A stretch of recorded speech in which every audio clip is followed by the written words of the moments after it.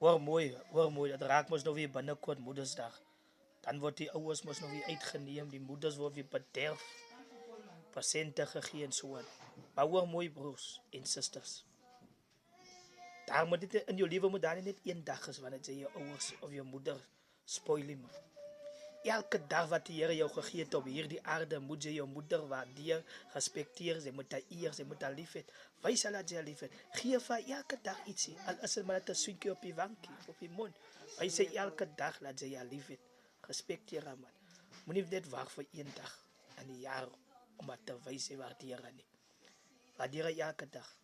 Vra vir ons wat my ouers het, hoe is dit? As jou moeder gegaan het, gaan dit 'n bietjie swaar in hierdie wêreld. Dit is net op die Here wat jy nou kan staan maak. Goeie families is maar skaars. So julle wat 'n gemoeder het, waardeer haar man. Hy sê elke dag sy lief vir haar. Gee vir haar, sy het nie nodig om vir jou te vra nie. Gee vir haar.